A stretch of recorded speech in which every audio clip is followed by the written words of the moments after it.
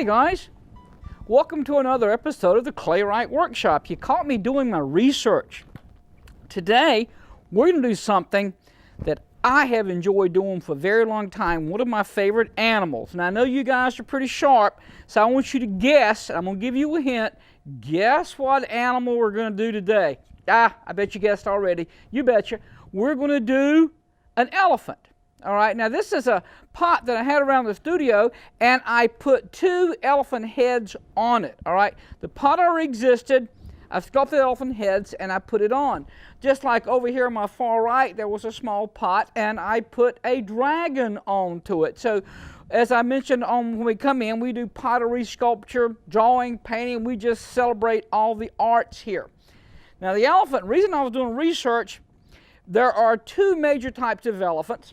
The African elephants, I'm showing off my education, called Loxodonta africana, okay? And of course the elephant, the Asian elephant, called Elephas maximus, okay?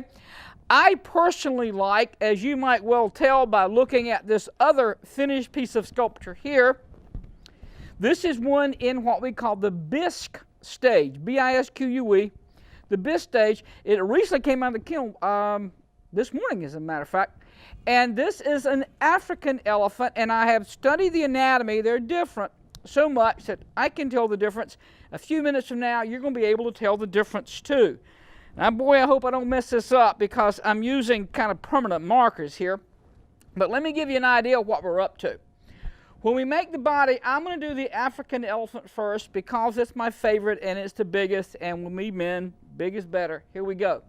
With the African elephant, you see my grid here, A, B, C, D, E. I've kind of broke it up. On the African elephant, the backbone maxes out there on B, drops down, all right? Then, I'm double checking everything, you bet, slopes through here. It maxes out right about the ear here on D, and then the whole head, as you can see, of course he's got his head up, but it slopes down. He's kind of flat-headed. There we go. And here comes his trunk. All righty? Now, it's highest here in the shoulder, and the African elephant has, of course, the large ears. One of the ways you can look quickly and tell the difference is an African elephant's ear looks like the continent of Africa. Okay, now the underbody, it slopes upward and it has no chin. So you've got this big circle and it's in the rear, where the Asian elephant is in the middle. All right, we come out of here, kneecap, we go down to the toes. Front shoulder is high on this guy.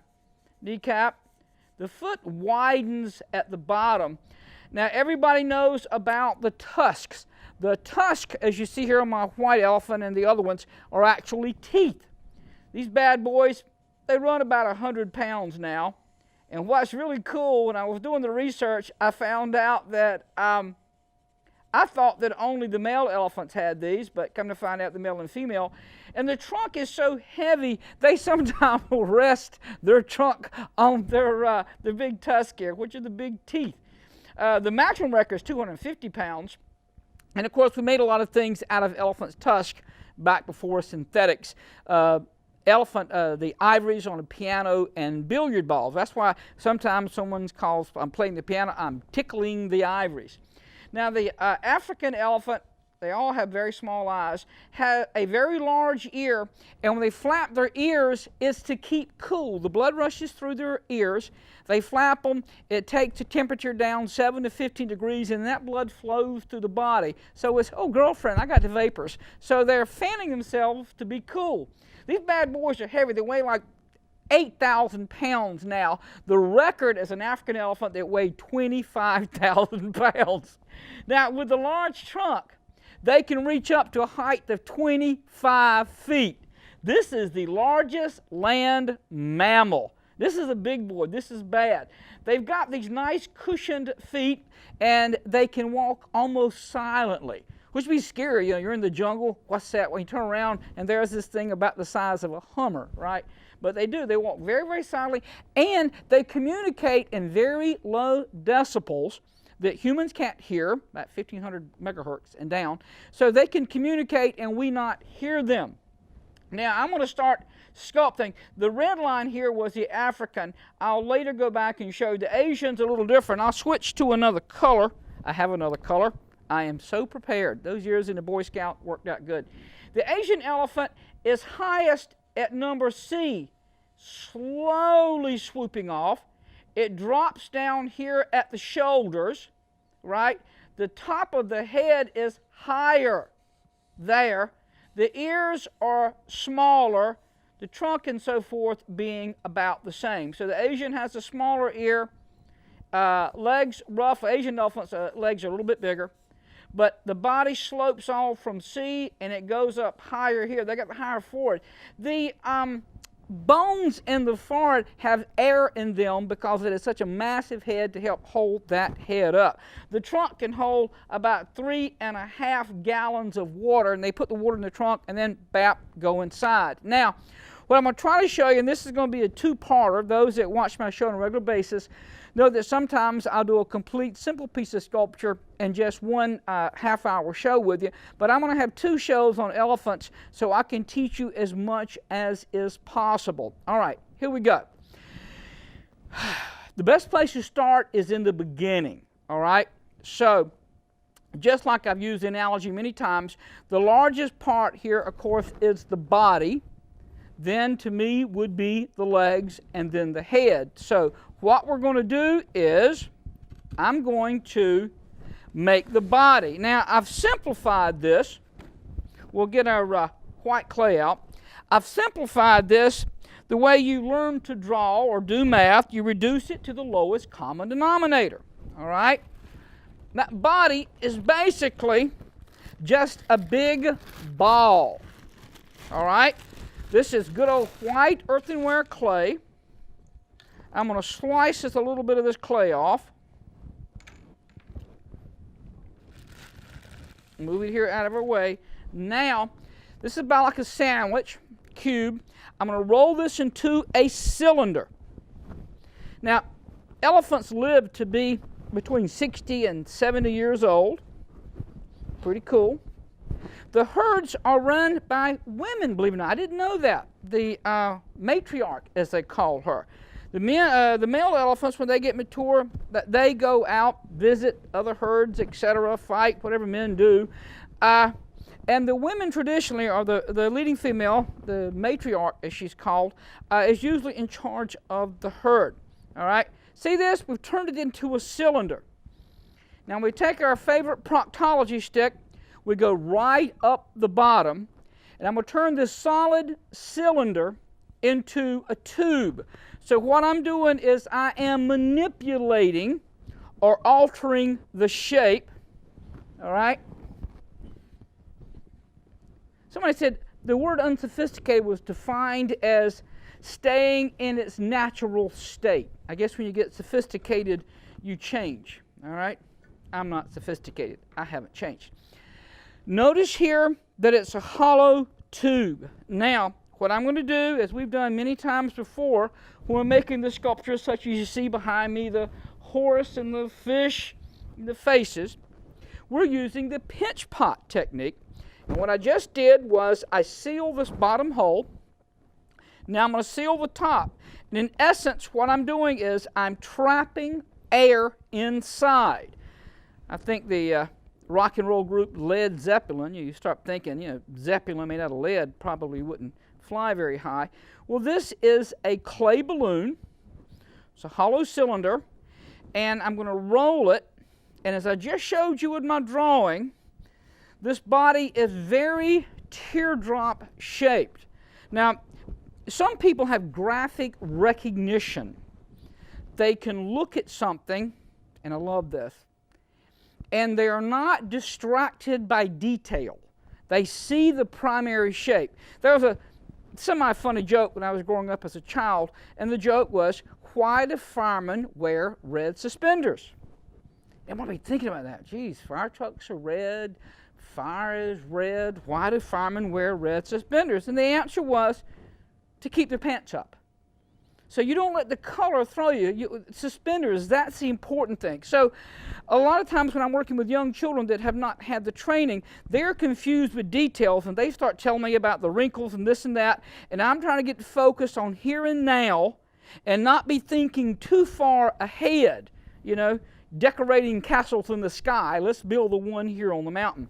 All right, there's my body shape. Now I'm going to put that aside so it can begin to dry. And I'm going to make the legs. Of course, it has 4 legs. And this is a very, very simple trick. Matter of fact, any trick that I know is a simple trick. The American humorist, Will Rogers, used to stand on stage, and while he was doing his humor, he would, being a cowboy, he would do little rope tricks. He would lasso his hand and spin it and whatever. And he said, I'm going to do a little rope trick for you.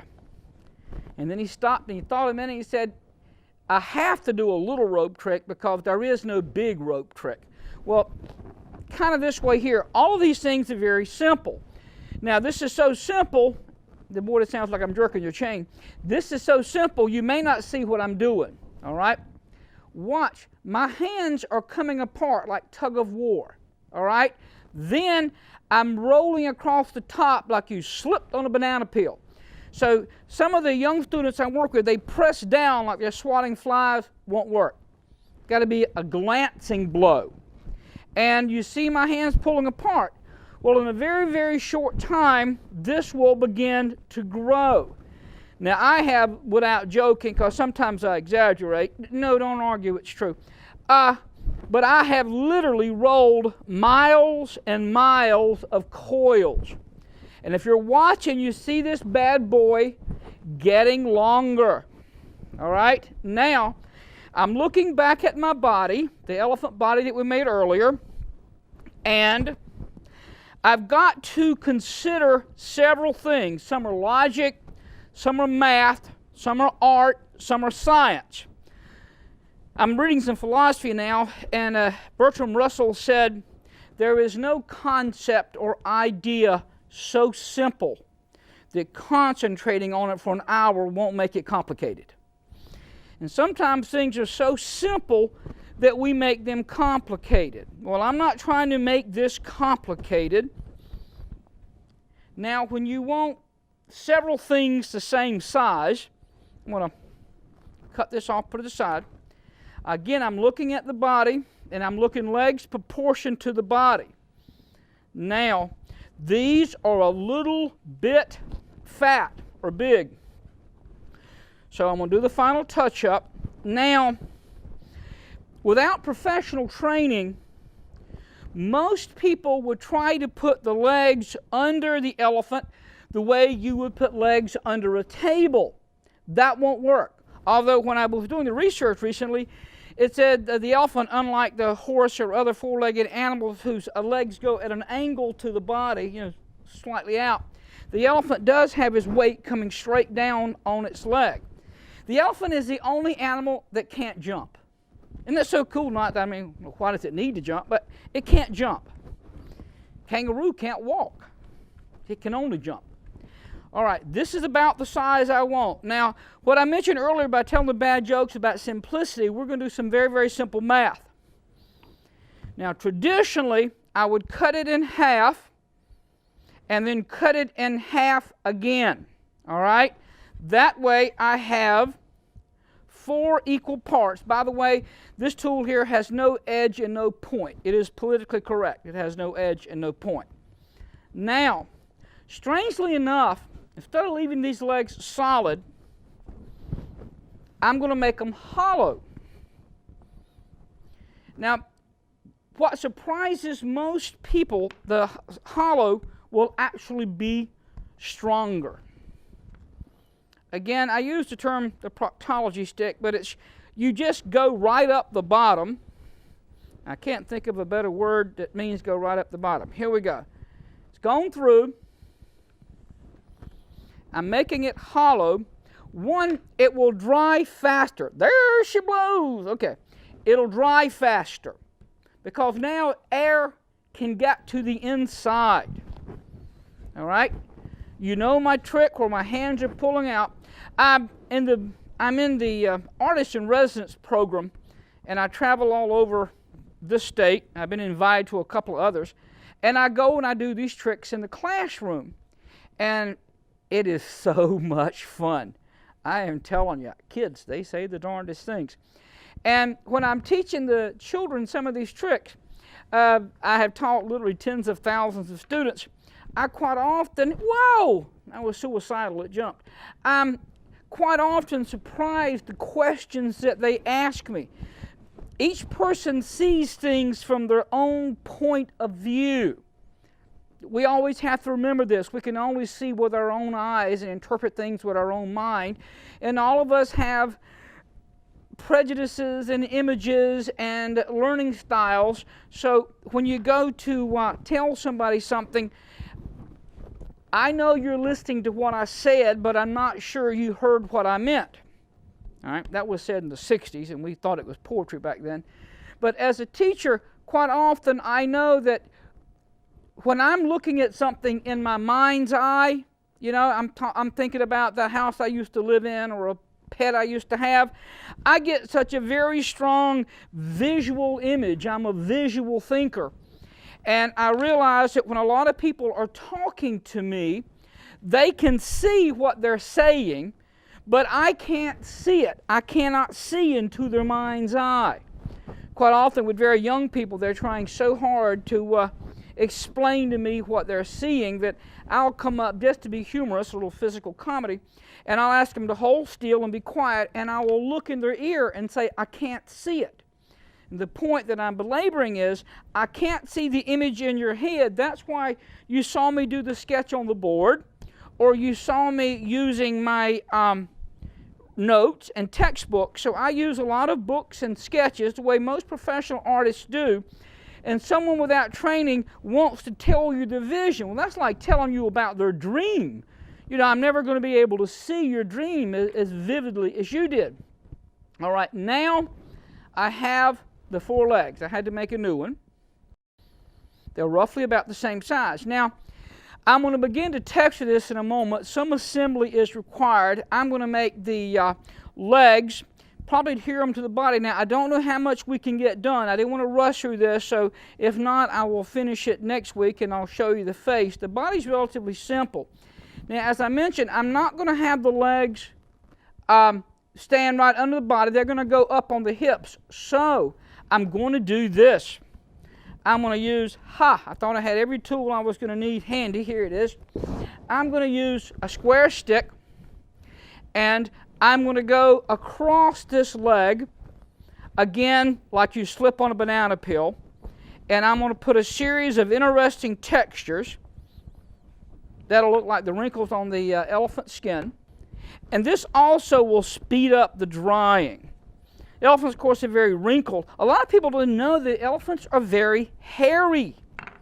And doing the research, and I love this, it was talking about elephants throw dust. They use their trunk for everything. It's called a hand. It's called an arm. It's called another foot. But they use it for all kinds of things, and it has between 40 and 150,000 muscles in it. That's incredible. The human body, we only have about 600. So that one trunk alone has between 40 and 150,000 muscles. And there's 2 little appendages called fingers on the end of the trunk. And there are so many muscles, and it's so delicate. This is way cool. I love this. They can pick a single berry. Is that cool? They can pick a berry with this trunk. And they can pick up a lion and sling him against the wall like dirty laundry. I mean, it is an incredible thing. They can hold about 3 gallons of water in it. So that's a very important appendage. All right, got the wrinkles on the legs. Now, just for the hay of it, I've done this before in other animals. I don't know how well you can see this, but you can see it now. I'm going to take my hand, the way I would choke myself, with this curve here. I think it's called a potter's rib. And I'm going to press on the lower leg, and it's going to make the foot pad come out. If you can get in close enough, you'll see it makes a wonderful little elephant pad. Now, this is like one of those comedians telling you a joke. I told you all of this so I can show off a little bit, show off that wonderful education that I have. I read a book once. If I ask someone, how many toes does an elephant have? The children in the classroom, they all begin to guess. 3, 4, 5, 16, none, whatever. And I'm going to go over to the board here and show you guys something. Okay? An African elephant, an African forest elephant, has 5 toes on the front, 5, and 4 on the back. You know that? 5 and 4. All right? So does an Asian elephant, 5 and 4. But an African bush elephant has 4 on the front and 3 on the back. Isn't that cool?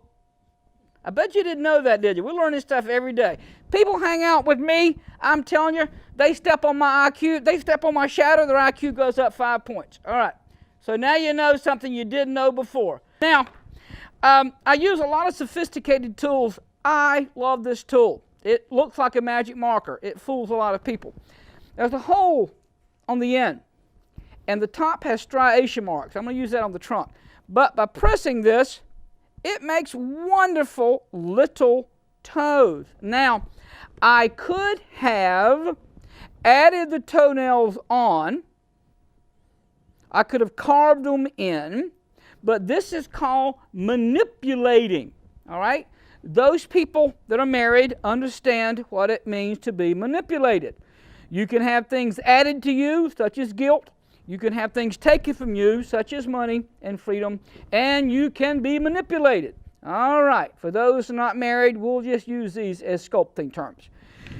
Manipulate means you alter the shape of something. Add is when you add to, and subtract when you whittle away. Those are the 3 ways that we sculpt. Now, here is the body. I'm going to go ahead and begin to texture the body.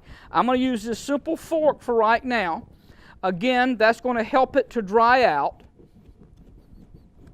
It's adding texture. Now you'll notice over here on my left, the elephant that is finished has a great amount of texture. If you guys come in real close, everybody hopefully will be able to see this. There's a lot of texture. And the next show, I'm going to stain this guy so that you can see all of that neat, great texture. All right? Now, the elephant we're making now is a little smaller because of time restraints. All right. Now remember, I said I'm not going to put it there like a leg under a table, so they're going to fit the contour of the body. All right? So what I'm going to do is I'm going to sit this down roughly at a 45-degree angle. You see that angle? All right. Here I go again.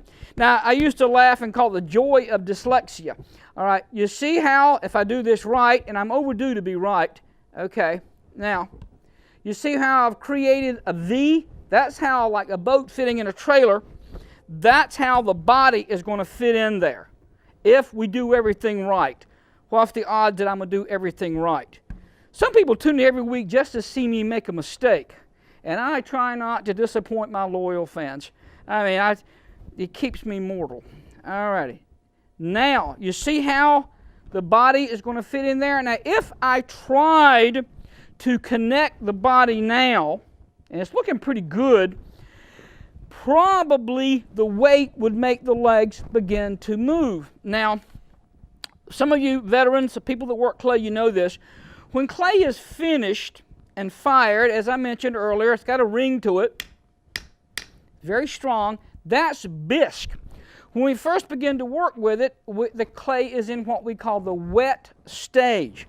Well, there's 2 stages between wet and fired, and that is the leather hard stage, and that's when clay is roughly like a bar of soap. It's got some strength to it, and it won't bend quite so easy. You can sculpt it good. Then after we put this together, when it's leather hard, then we will let it get bone dry, and then I'm going to add the head to it, and I'll probably make the head as a separate unit and put them all together. Now, we know when we add things together, we do what we call score and slip. And so I'm scratching up the surfaces to be added together, And the slip is going to be like the brick mason putting cement between the bricks. Now this is going to be a little weird. You got to trust me on this. And this is important, and I run into a lot of people when I use the term right brain, because you're visual thinkers and they're always ahead of you because they're imagining faster than your hands can go. And one of the bad jokes that I constantly tell is there was this really hyperactive right brain lady that was trying to be a cook, and every time she fixed her husband a birthday cake, it really messed up because the candles always melted in the oven. Now the reason for that joke is you don't put the candles on until it comes out of the oven. There is a sequence, step 1, step 2, step 3. Right brain visual thinkers are always in a hurry because they're imagining things faster than they can tell you or others, and they think everybody in real time is in surreal time. Now the reason I told y'all that is instead of making this the way I should with the legs on the ground, the way we walk, and the body up, I'm going to make it upside down. Now there's a reason for everything that I do. Not necessarily a good reason, but there is a reason. Now, you see how it's fitting into the body as a cradle, like I mentioned? I'm opening up this top. We did this technique before when we did piggy banks. And what you have to remember is when the two legs come together, they make that little butt crack of dawn. All right, so these two legs should make the cleavage of the rear. Okay, now remember I told you I put the wrinkles in. The air is going to be able to go in. I'm making this top edge thin, and I've got the slip on there, and I've slipped these already, and it's working pretty doggone good. Now the shoulder blade comes up higher, and when I first made this, one of my chief critics came in and said, you know, the legs are too long on this, Joe. And I said, well, you've got to figure in the shrink factor. The body's going to be pressing down, that's going to contort them, and then the clay shrinks about 10 to 15% when it dries. Okay? So what I'm going to do now is, and this sounds strange, but I have to make it wrong so it'll end up right. I can't start at the end, I have to start at the beginning. And when I'm dealing with young people, they're always angry because they want to start at the end, i.e. eat their dessert first. Okay, we're down to pretty short time.